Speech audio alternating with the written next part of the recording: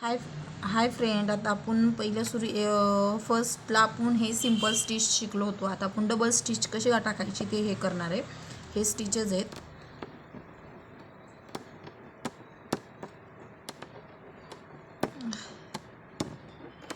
हे आपण double teaches टाकणार आहे, म्हणजे त्यालाच अजून एक टिच घ्यायला लागतं.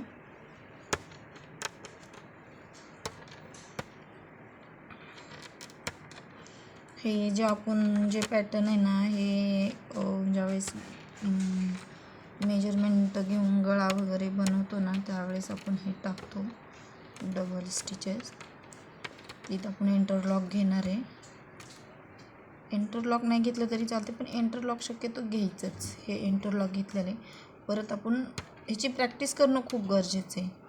तर प्रॅक्टिस केल्याशिवाय हाताला हे होणार नाही ना, सवय झाल्याशिवाय कुठले हे अशी फास्ट करायचं म्हटलं तर आपल्याला हे डबल.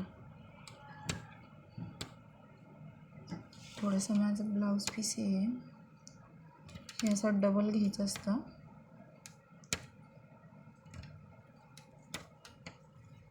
प्रॅक्टिस खूप गरजेची आहे. प्रॅक्टिस करणं खूप गरजेचं आहे.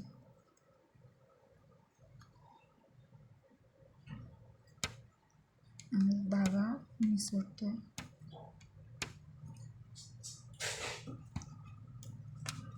हे असं डबल स्टिचेस टाकायचं.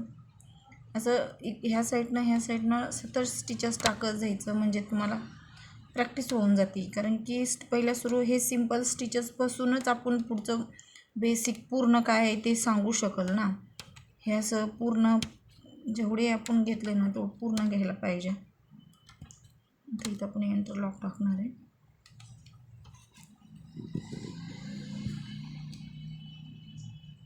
हे इंटरलॉक हे असं डबल पूर्ण स्टिचेस हे आहे ना, हे आता हे कसं आहे, हे पूर्ण टाकलं पाहिजे. हे असं मी सांगते ना, तुम्ही हे सतत टाकत राहिलं हे असे स्टिचेस, तर तुमची प्रॅक्टिस होऊन जाईल.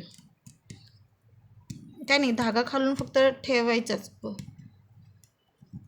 आणि आपलं सुईत ओढून घ्यायचा. हे असे स्टिचेसच्या प्रॅक्टिस खूप गरजेची आहे. प्रॅक्टिस करत राहा तुम्ही.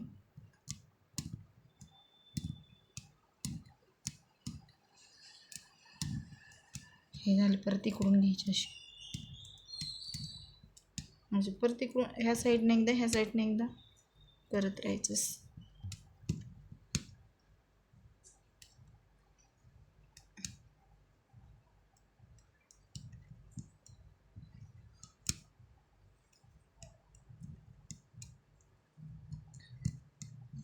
मी मोठ्याच घेते, कारण की दिसायला पाहिजे ना म्हणून.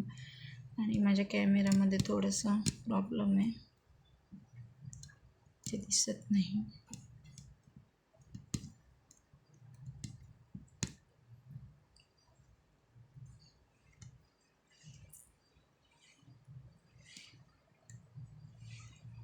आपण इथे इंटरलॉक टाकून घेऊया.